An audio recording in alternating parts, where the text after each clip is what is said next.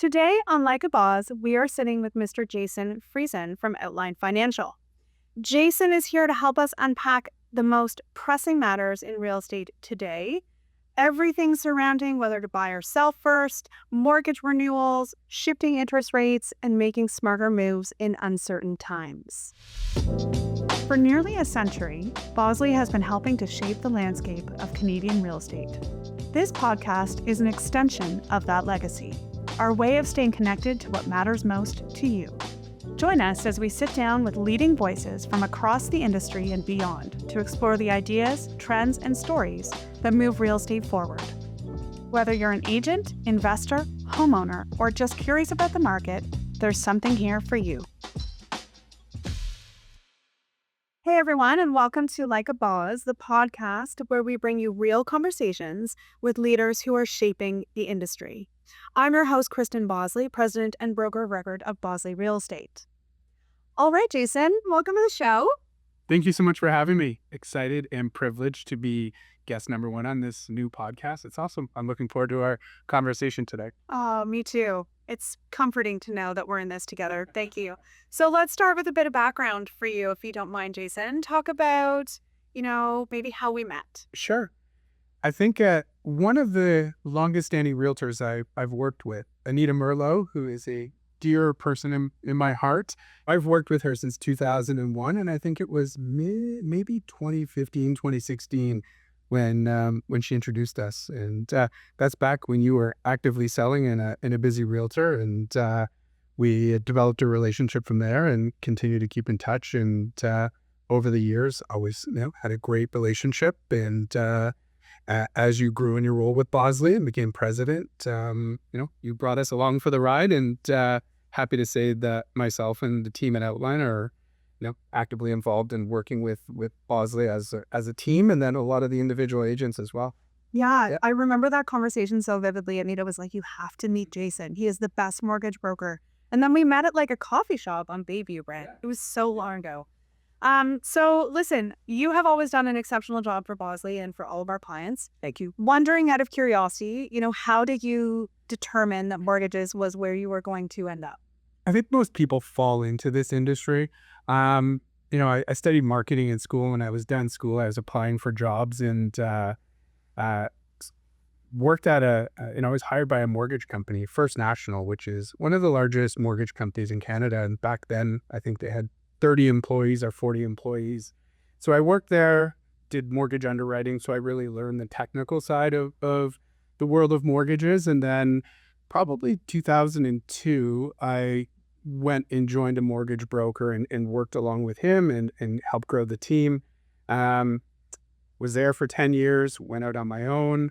And then in 2018, I merged with my business partners and created Outline Financial.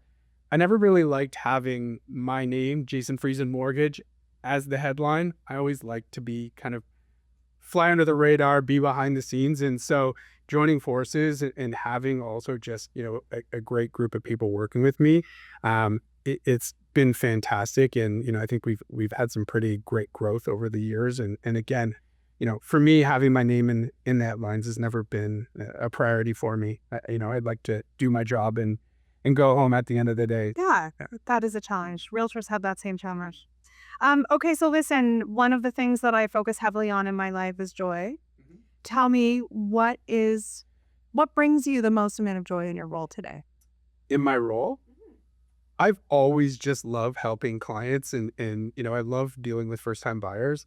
I work with all different types of clients, real estate investors, although the last couple of years, not as many, but first-time buyers, move-up buyers. But I really enjoy just taking people from zero to, actually having the knowledge to make informed decisions, because, a lot of times first-time buyers come looking for advice. And when you go to a bank, sometimes it feels like it's the blind leading the blind. So for me, I spend so much time up front making sure my clients are educated. And I really enjoy, kind of seeing clients go from not having any knowledge to purchasing their first house and then helping them down the road purchase their next house and have a strong base and understanding of mortgages.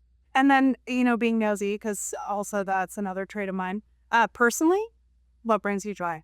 What brings me joy? I have two great kids. I have a fiance, I have a dog. I'm a very active person. Health is wealth to me. I dealt with some health issues in the past that put me on a different path as far as prioritizing certain things in my life. And so, I train jujitsu 4 to 5 days a week. I cycle a couple days a week. I'm in the gym working out, 2 or 3 days a week. There's only 7 days in a week, so a lot of days I'm doing more than one activity. But it's what I do to really kind of, chill out. I find that enjoyable. That's pretty much all I do is hang out with my dog, partner, kids, and I'm at the gym. Amazing. Yeah. Sounds fulfilling. Yeah. Well, I am fulfilled. beautiful. Yeah, I got to tell you, I don't think we hear very many people say that these days. So congratulations. Okay, so let's, turn back to real estate. One of the things that we hear consistently from the realtor perspective, one of the things that our consumers ask us regularly is, do we buy first? Do we sell first? How do we navigate the current market conditions that we're experiencing? I expect that you get a lot of the same questions. And so what does that conversation look like to you? It really depends. It's not a one size fits all answer. But, I think the reality is that there's been enough of a shift in the market that if you are planning on buying first without selling, you definitely 100% need to make sure you're engaged with a solid mortgage advisor. Obviously, I'm biased, but I would say Outland Financial. You need to make sure that you've gone through what a worst case scenario looks like. In the event you can't sell your place, can you refinance it? Maybe extract equity? Can you qualify to carry two properties? Can you handle the payments of carrying two properties? Do you have parental help that may be able to assist you? Do you have some investments that you may be able to liquidate? And I think if the answer is no, that you don't have the ability to do that, you definitely need to proceed with caution. And then it also really comes down to the property type that you're selling. If you're maybe selling a one-bedroom condo and they're sitting much longer and you want to buy a house and do a 30-day closing, that's a pretty risky situation to find yourself in. So again, I don't think there's a one-size-fits-all answer. I think it will really come down to your situation, but you really need to explore what that worst case looks like and make sure that you have the stomach to handle that. Mm-hmm. Okay. So it sounds like you're taking your clients through the risks and rewards of each side as we would as a filter. But, from a financial perspective, what are the real risks of buying first? The big risk is that, a lot of people, the reality is almost all of their net worth and assets are tied up in the equity in their house. And if you can't sell your house, you don't have access to the down payment to close on the new purchase. So the biggest concern is, in failing having a backup plan, you could find yourself entered into a legal contract without the ability to fulfill the conditions of that and close that. So there definitely is a big concern with that I see being, a very big risk that, I think in the past, if you go back to 2020 and 2021, you'd be insane to sell your house before buying a place first. You always would buy first because you could look for a year before you're actually successful buying a place just with the competition. But again, with it shifting as much as it has, I think that conversation has definitely changed. And I think people just need to be real with not putting themselves in a bad situation. I have had to come in and clean up the mess of some other terrible advice that was given by mortgage people. And, obviously, I'm not trying to scare clients, but I'm also being real and making sure they understand what the risks are so that they can make an informed decision if they're comfortable doing that or not. Right.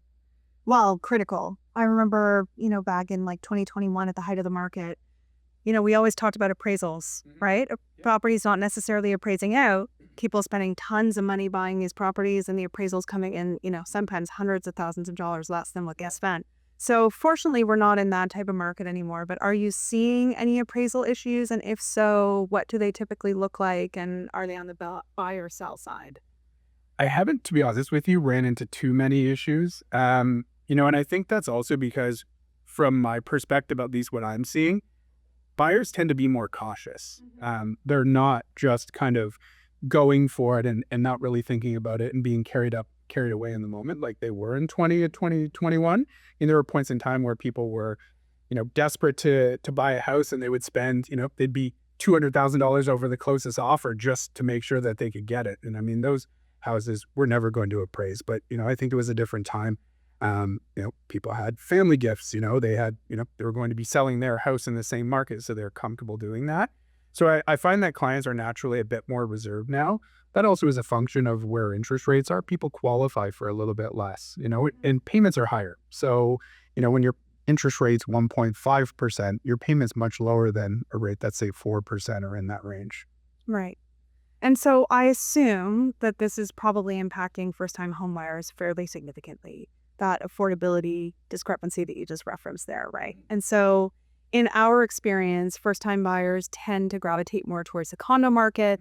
We are experiencing a bit of a softening in the condo market, as we know. So what kind of activity are you experiencing on your side with the first-time buyer segment? Are they still gravitating towards that condo segment, or are they having more extra help to get into the housing market right now? It's funny because I've actually been seeing on my side, and obviously, again, it's anecdotal based on what I'm seeing just, over the last, little while, but I've been seeing more people interested in purchasing condos. And again, I think that's also a function that first time buyers are more cautious about their budget now. They're not allowing themselves to get carried away. So they're looking at it as, yeah, maybe we could qualify for a house, but maybe it's not in the ideal neighborhood. We can get into a condo, which is where we want to be, and be $300,000 or $400,000 less than what that house would cost us. And so I feel like people are more in tune with numbers now and not being carried away. I found in 2020 and 2021, I'd give someone a pre-approval and they would call me back the next day. I'd tell them what their maximum is and ask if they could get $50,000 or $100,000 more. Whereas now what I'm seeing, I always start by saying, the first question everyone wants to know is how much am I pre-approved for? But to me, the more important question is what are you comfortable paying every month? Very rare is it that someone will go up to their limit from a pre-approval perspective now. So I feel like people are just more naturally cautious. So I'm seeing clients that are interested in buying condos. A big segment of what I'm seeing who are transacting are move-up buyers that are maybe moving not from a condo to a house, but maybe from their starter home, if you want to call it that, into like that next step. That's a big Such prime opportunity in the market right now for that segment. exactly. Yeah. I remember when I went to go buy my second property, I started in a one-bedroom condo and moved to a semi-detached. And I remember running the numbers very specifically and recognizing that for me to move from a one-bedroom to a two-bedroom condo with the prices, the interest rates, the taxes, the condo fees, it was actually going to cost me more, to your point, per month to carry that two-bedroom condo than it was to spend an extra $150,000 to $200,000 on a purchase price, but to carry the home, right? So it's interesting that people are starting to get back to that mindset of really analyzing what's right for their lifestyle and for their budget. So listen, let's talk about that elephant in the room. We know that we've had some bumping interest rates over the last couple of years. The uncertainty, I think from our perspective on the real estate side, we are feeling that impacting a bit of consumer confidence. What is it that you are seeing on your side? I would say it's definitely been cause for pause for some buyers. It's moved them back to the sidelines, just there being so much uncertainty. I think also seeing unemployment continue to kind of creep up is a bit of a concern. And so I think some people are pausing. Maybe they're in an industry. They feel like maybe, they have not as much job security as other people do. So I've seen a bit of a pause there. I think if we're looking back to January, it seemed to be a much more rosy outlook on where interest rates were headed. I think January, the expectation was that interest rates, both variable and fixed, would continue to drop. And frankly, interest rates are probably on par, maybe slightly higher on the fixed rate side today. And it's looking like the interest rates coming down on the variable rate side are not going to be maybe at the same pace, or, from, a timing perspective, they might be pushed back a little bit. I think, just seeing June, pass without a rate cut and now looking forward to July, I think the markets are pricing in like a 30% chance of a cut in July. And if you look back in April, there was a 100% chance of a cut by July. At least that's what the markets were pricing in. And I think there's only a 65% chance of a cut by September. So it's a possibility we might not see a cut until October, or maybe not at all. I think watching the inflation numbers continue to come out, that's what the Bank of Canada is focusing on. And I also feel like they do want to keep a little bit of ammunition in their war chest, and not cut rates too early, because I think we all know the impact of cutting rates too aggressively. And I think we've all paid the price for that. So I feel like they will be a bit more cautious. We've obviously witnessed a pretty significant reduction in interest rates from where things start. The way I look at it, frankly, rates in this range, 4%, the market should work. You know what I mean? Like it's not like it's, It's a very reasonable rate. I mean, I remember shortly after COVID, they were predicting that rates would hover between 4 and 5% for a very long time. And, that is a reasonable interest rate. I agree. Yeah. So, you must be a little bit like me in that every day I receive a barrage of, economist reporting and predictions and, in real estate and interest rates and, stocks and all of the financial factors that impact both of our markets. I mean, every time I read it, I get conflicting information, right? So sometimes it's like, oh, we're expecting 2 more interest rate reductions, whereas other times it's like, well, the Bank of Canada might fold for all of these reasons. So when you are looking at the specific metrics that impact your business, I know you've mentioned inflation. Are there any other metrics that you're looking at to kind of give you a gauge of what you can expect forward thinking for interest rates? GDP, I think just overall the impact of tariffs as well. Unemployment's obviously a good point as well. And, it's concerning that we are, at least at the very start of seeing some rising inflation and also seeing unemployment continue to creep up, because it limits what the Bank of Canada can do to panic. One will counteract the other, unfortunately, right? Something called stagflation, and that's a real concern. And then, to your point about, constantly looking at this information, it's part of our job to have to do this, but things change so rapidly. That's all the time, right? Like every day, I feel like I read a completely different report. And sometimes it would be nice just to put your head in the sand and not think about it. Yeah. But this is so crucial to our job that every day I'm looking at stuff, and there's a lot of negativity out there as well. Like so much negativity. This is why I asked about joy. Yeah, I definitely make sure I set boundaries and I find joy out of work, because it's very easy to get caught up in the negative news that seems to, be so present and has really been since COVID. I think that's it. Yeah. And listen, I don't, I think the thing that perplexes me is I think we're pretty smart people, like, and yet I'm often confused by what I'm reading. And I'm thinking to myself, like, how can somebody in the public digest what this means for their future when I'm sitting here, I'm like engrossed in it. It's my whole world. And I'm like, what? Yeah, I've read something completely different yesterday. And everybody's seeing different things. So yeah, we tend to, when we're looking at rate forecasts and what expectations are, we typically take what the big 6 banks are. And I say big 6, it's typically the big 5, but National Bank has, kind of grown quite a bit over the last little while. So they're considered the big 6 now. We typically take the forecast from all their economists and look at that as a benchmark. And,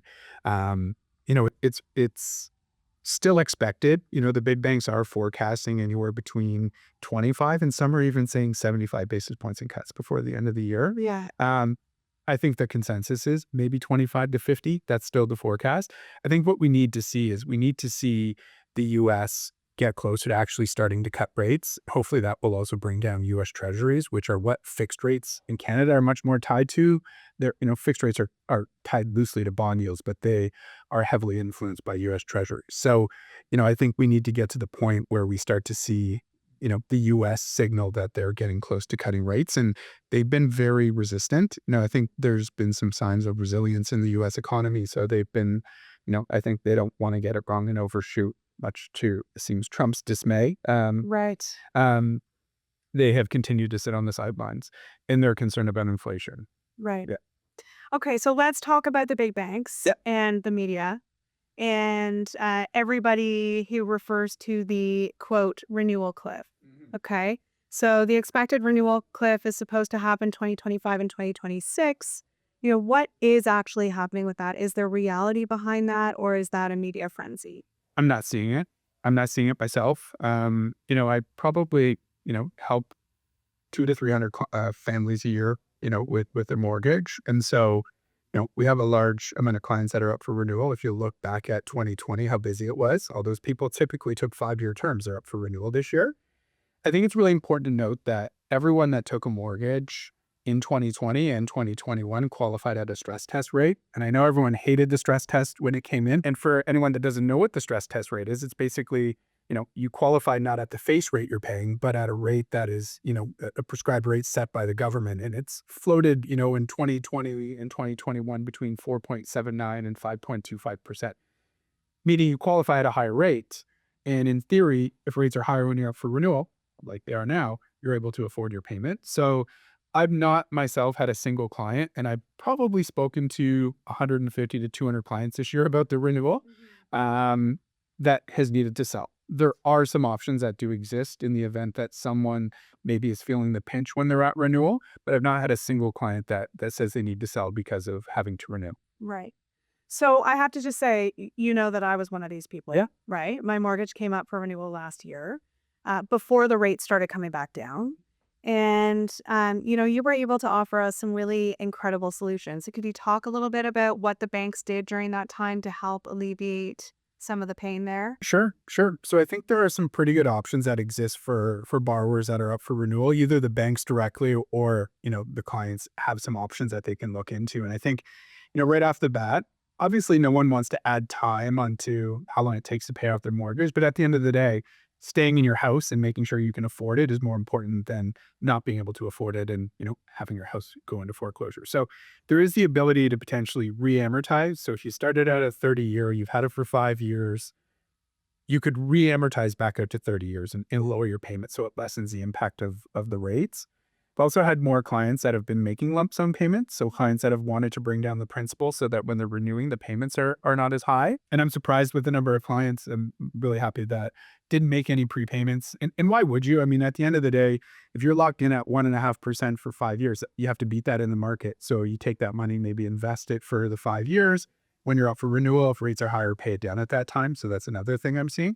And then I have, clients that are refinancing as well that are maybe they've accumulated high interest debt, maybe, did renovations, for whatever reason took on debt that they're rolling that into their mortgage and trying to reduce just their overall increase their cash flow and reduce the monthly expenses. So there are solutions that exist for people out there.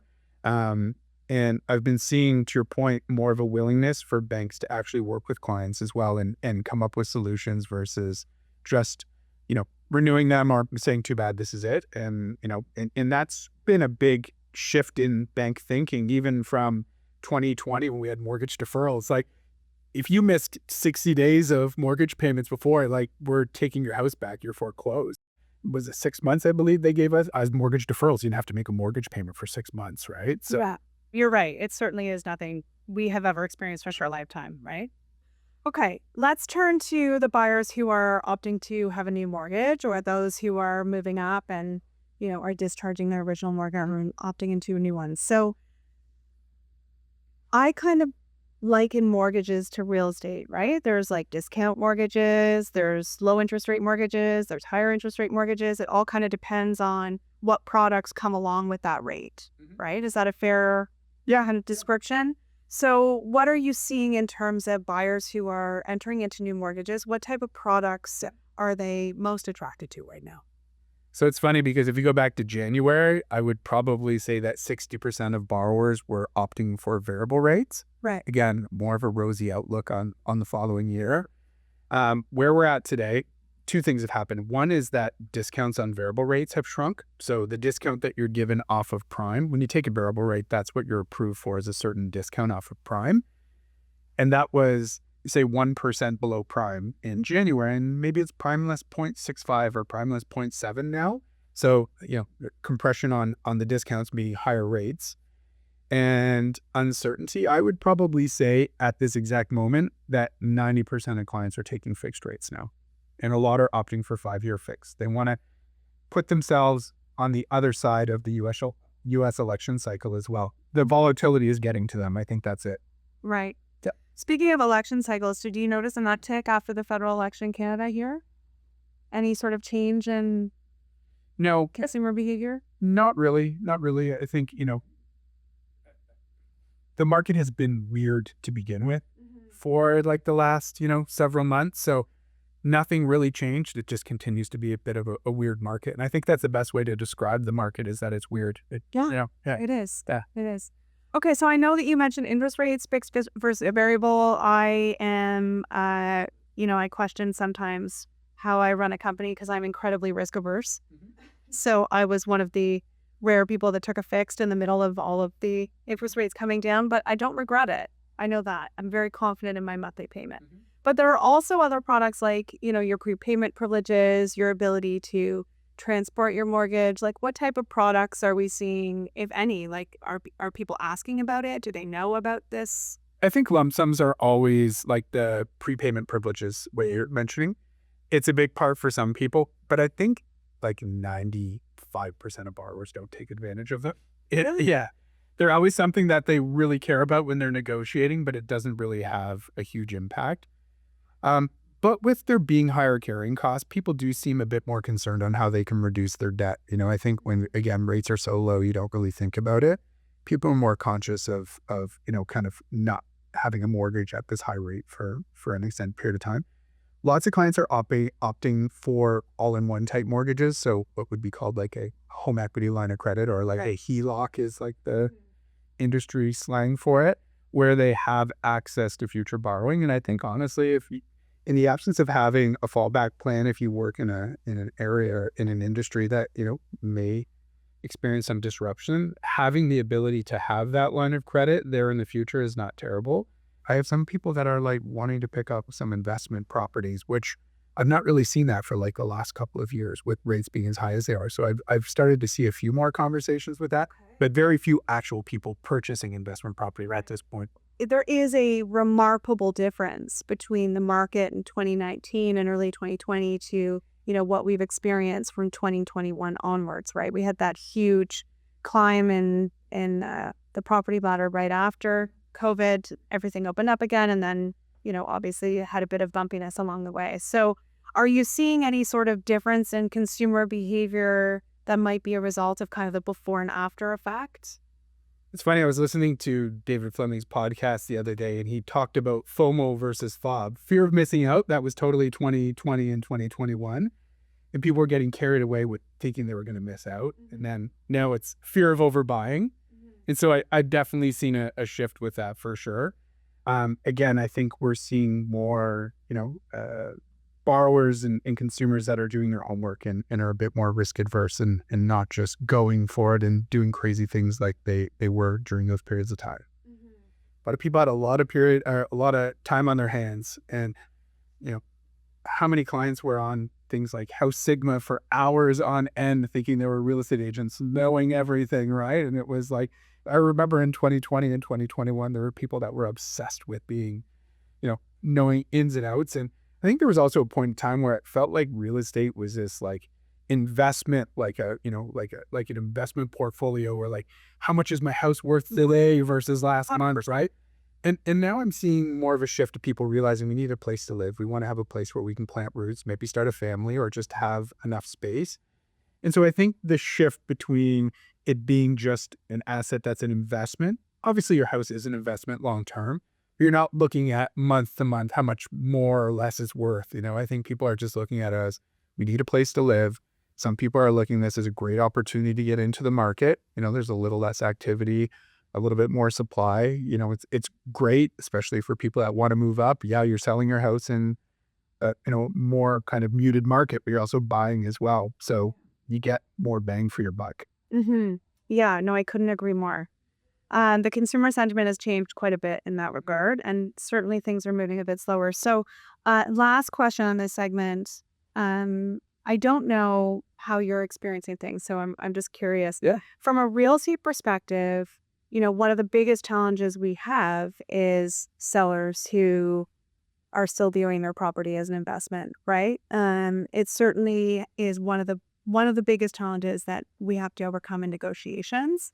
That's not abnormal in a market like this, especially given the fluctuation of the values and everything. So, but what it has led to is many of the transactions going through today are really challenging, like multiple day negotiations, wins on all sides, patience, understanding, analytics. Like, a whole kind of bundle of information that needs to go into not just navigating your client as a realtor, but also navigating the cooperating agent and their client and the emotions involved in the uncertainty, right? So while we are having great success getting the deals done, they are very challenging. Are you finding that on your side? It's a grind. It is an Yeah, absolute right? complete Thank you grind. for putting it Yeah. bluntly. I was trying to be Yeah. polite about it. We you know, it feels like, even the most like cookie cutter of mortgage applications has some kind of warts on it that the bank wants to pick apart. I also feel that just with the volume being a little bit lower and banks being staffed up, that they have more time on their hands to go through things. Whereas, in 2020 and 2021, they were so busy, they were just approving, you know what I mean? It was like everything was, money was flowing, everything was, you know, looking up. And now I think, there's, some added risk in the markets now. And I think banks have definitely tightened up. So they're doing enhanced due diligence. And to your point also, sellers are, having to adjust to the reality of like my house is worth less than, where it was. And, everything's I feel like timelines are really compressed. So, well, we are seeing financing conditions again, which is awesome. It makes my job so much easier when there is a financing condition. Closing dates are like, can we do 3 weeks? Can we do 2 weeks? Can we do, and so I think people that are looking to buy and try to get a good deal are looking at any angles, and some sellers want, they want to quit closing. Maybe they already bought and they were just trying to get rid of the house, right? So that's put some pressure on. Or they're in financial distress and they need to offload Absolutely. it, right? Absolutely. Okay, well, listen, I feel like I learned so much there. Thank you. Thank you. I have a few rapid fire questions to end off Fire our it. time together. Are you a reader? Not over the last couple of years. I have so much going on in life that I tend to just read fiction now. I've read so many business books in the past that I try and honestly, I'm still taking stuff away that I learned in like 2005 that I'm trying to just like not add anything else to that pile. Okay, so I love this. We have a book club here at the office, and it's all business books, things that make us better. So I was going to ask you what your most recent favorite read was, but I think since you've mentioned that you're still trying to implement some learnings from some of the books you read in the past, if you could implement one thing kind of consistently, today that you do today that you wish you did yesterday, what would it be? I would probably say that that's not even from a business sense, but overall, like less is more. There were points in time where I was working consistently for multiple years at a time, like 80, 90 hours a week. And it's just not sustainable Yeah. for your mental and physical health. And I paid the price for that. So that to me is something that I wish I learned that I have heavily implemented today. Life work balance is a big part for me now. I think, taking care of myself is a big part of day to day. It's just ingrained in what I do. But I wish I learned that in the past because, working that much was great, but I wasn't able to give my best to everyone in my life, both, personally and professionally. Yeah, I feel that. Mhm. If you were to give a TED talk today, what would it be about? I mentioned something earlier, but it gets back to and just what I was talking about a few minutes ago, health is wealth. Honestly, taking care of yourself mentally and physically as you age and work in a high stress job, it's the most important thing that you can do. And making sure that you do have outlets and things that you can, do on a regular basis that bring you joy. So for me, again, I can't stress enough that health is wealth. And, if I look back to my younger self in my 20s and early 30s, I was definitely not as healthy as I am today. And so it took me, I'll mention I had cancer, I had Hodgkin's lymphoma when I was 37, I think, 38, 37. And so that set me on a different path in life as far as, if again, not working 80, 90 hours a week and making some changes both in, kind of diet and lifestyle and physical activities and things like that. Yeah, we've had many meals where we've discussed that. We share a very similar mentality there. So listen, thank you so much for being here with us today, Jason. I really appreciate it. Your insights are remarkable, actually very beneficial. Thank you. And I'll look forward to the next time. Thank you. Thanks for having me. Until next time, Kristen Bosley. This has been Like a Boss. Take care. Thanks so much for tuning in. If you enjoyed today's episode, be sure to subscribe, leave a review, and share it with someone who might find it valuable. We've got more conversations coming your way with incredible guests across design, finance, wellness, tech, and more, all through the lens of real estate. A special thank you to our set design sponsors, StageRight.